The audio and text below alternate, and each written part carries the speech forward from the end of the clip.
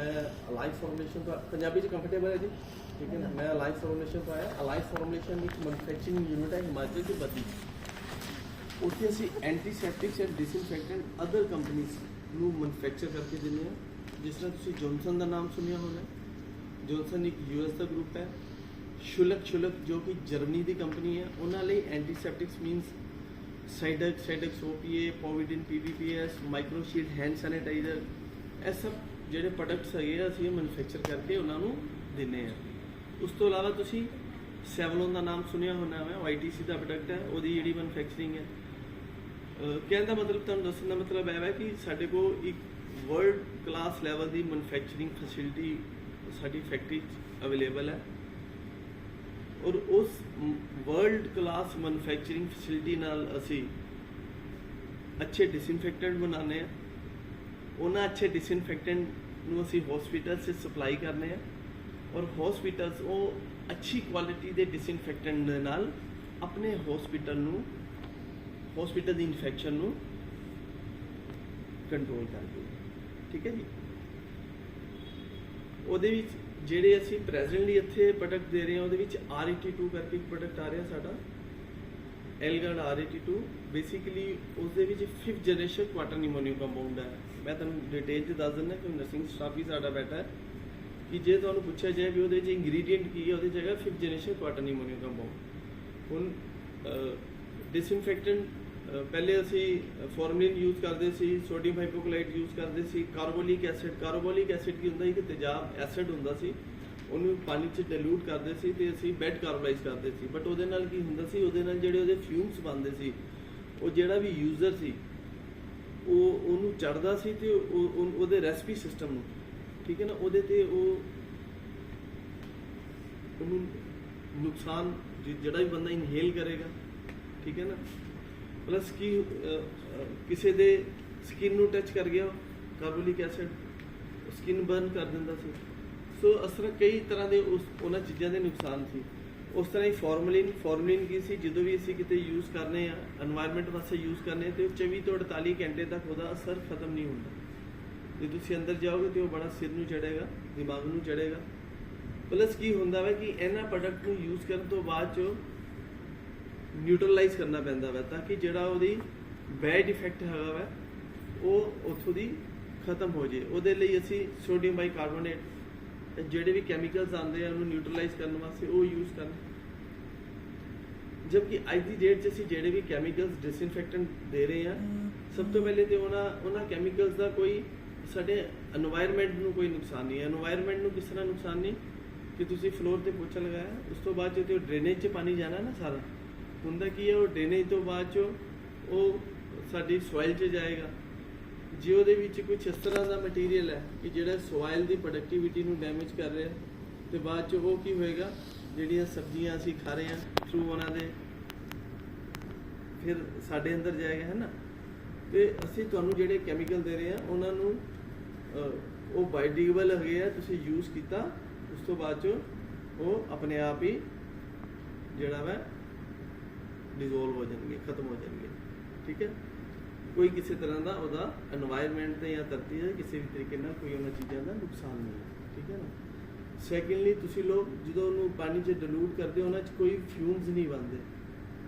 ਤੁਸੀਂ ਯੂਜ਼ ਕਰਦੇ ਕਦੀ ਦੇਖਿਆ ਤੁਹਾਨੂੰ ਸਿਰ ਨੂੰ ਚੜ੍ਹਦਾ ਹੋਵੇ ਜਾਂ ਗਲਤੀ ਨਾਲ ਸਕਿਨ ਤੇ ਲੱਗ ਗਿਆ, ਸਕਿਨ ਬਰਨ ਕਰ ਦਿੱਤੀ ਹੋਵੇ, ਕੁਝ ਇਸ ਤਰ੍ਹਾਂ ਦਾ ਕਿਸੇ ਨੂੰ ਮਹਿਸੂਸ ਹੋਇਆ ਤੇ ਦੱਸੋ। ਬਟ ਹਾਂ, ਡਿਸਇਨਫੈਕਟੈਂਟ ਨੂੰ ਤੁਸੀਂ ਜਦੋਂ ਯੂਜ਼ ਕਰਨਾ, ਆਪਣੀ ਜਿਹੜੀ PP ਕਿੱਟ ਹੈਗੀ ਹੈ ਉਹ ਸਾਡੇ ਸਟਾਫ ਨੇ ਸਭ ਤੋਂ ਪਹਿਲੇ ਵੇਅਰ ਕਰਨੀ ਹੈ। ਅਸੀਂ ਯੂਜ਼ ਕਰਨੀ ਹੈ PP ਕਿੱਟ 'ਚ ਅਸੀਂ ਕੀ ਯੂਜ਼ ਕਰਨੇ ਆ, ਆਪਣੀ ਸੇਫਟੀ ਕਿੱਟ 'ਚ ਜਦੋਂ ਵੀ ਅਸੀਂ ਇਨਫੈਕਸ਼ਨ ਕੰट्रोल ਦਾ ਕੰਮ ਕਰਨੇ ਆ हॉस्पिटल 'ਚ ग्लव्स यूज़ करते हैं, बिल्कुल ठीक है। और हाँ, शू कवर। जब भी हमने अपना किसी भी एरिया में अपना वर्क करना है क्लीनिंग का, इन्फेक्शन कंट्रोल का, तो अपनी PP किट सबसे पहले पहननी है। ठीक है जी।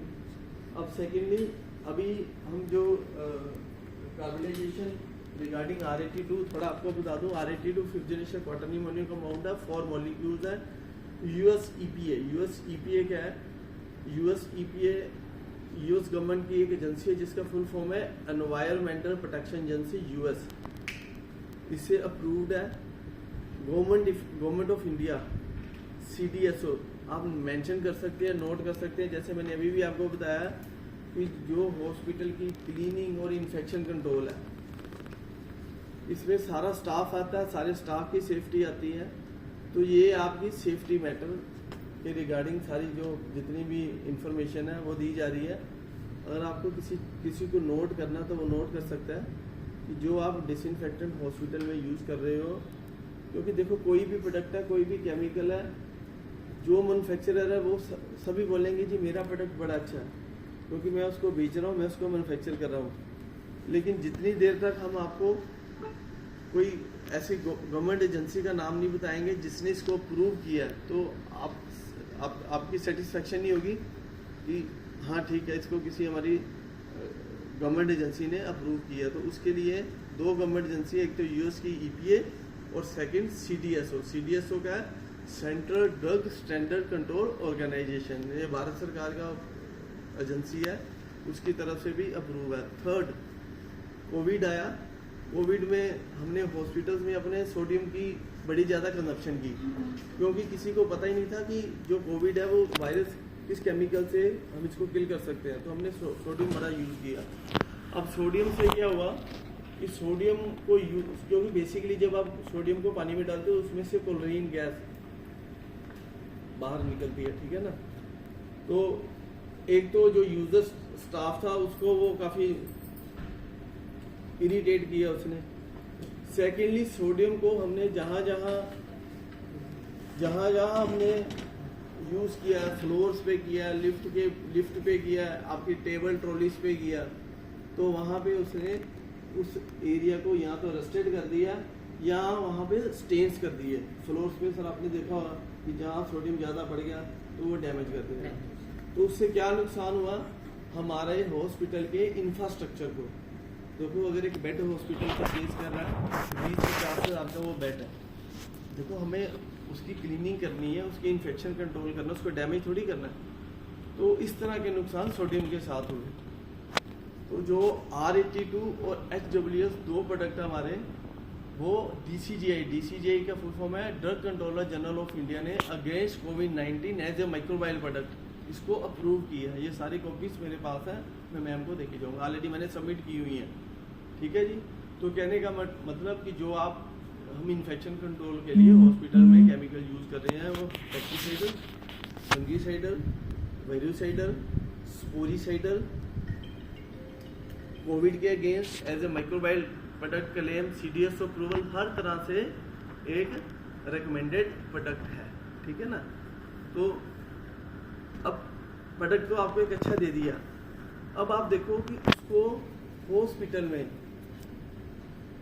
उसके SOP बनाने तक, उसको इम्प्लीमेंट बनाने तक कितने स्टाफ है। सबसे पहले microbiologist, quality department, clinical instructor, ICN ma'am, हमारे सुपरवाइज़र, उसके बाद जो लड़के सारे हमारे हाउसकीपिंग एंड हमारे हेल्पर्स जो इतनी मेहनत करते हैं, ठीक है।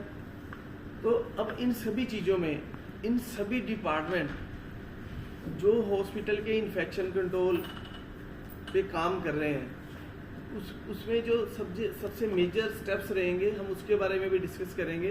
उसमें क्या है, सबसे पहले तो आप सभी को केमिकल का पता होना चाहिए कि हमारे हॉस्पिटल में इन्फेक्शन कंट्रोल के लिए, बेड कार्बलाइजेशन के लिए, सरफेस क्लीनिंग के लिए, देखो ऐसा है कि हॉस्पिटल में इन्फेक्शन को एक स्पेस से दूसरी जगह पर ट्रांसफ़र करने के लिए हमारे हाथ, यहाँ पे इन्फेक्शन थी, आपने हाथ लगाया, वो हाथ जैसे एक पेशेंट को आया या उसने खांसी करके हाथ आगे कर दिया, उसके बाद उसने जहाँ टचिंग की तो इन्फेक्शन फैलती गई।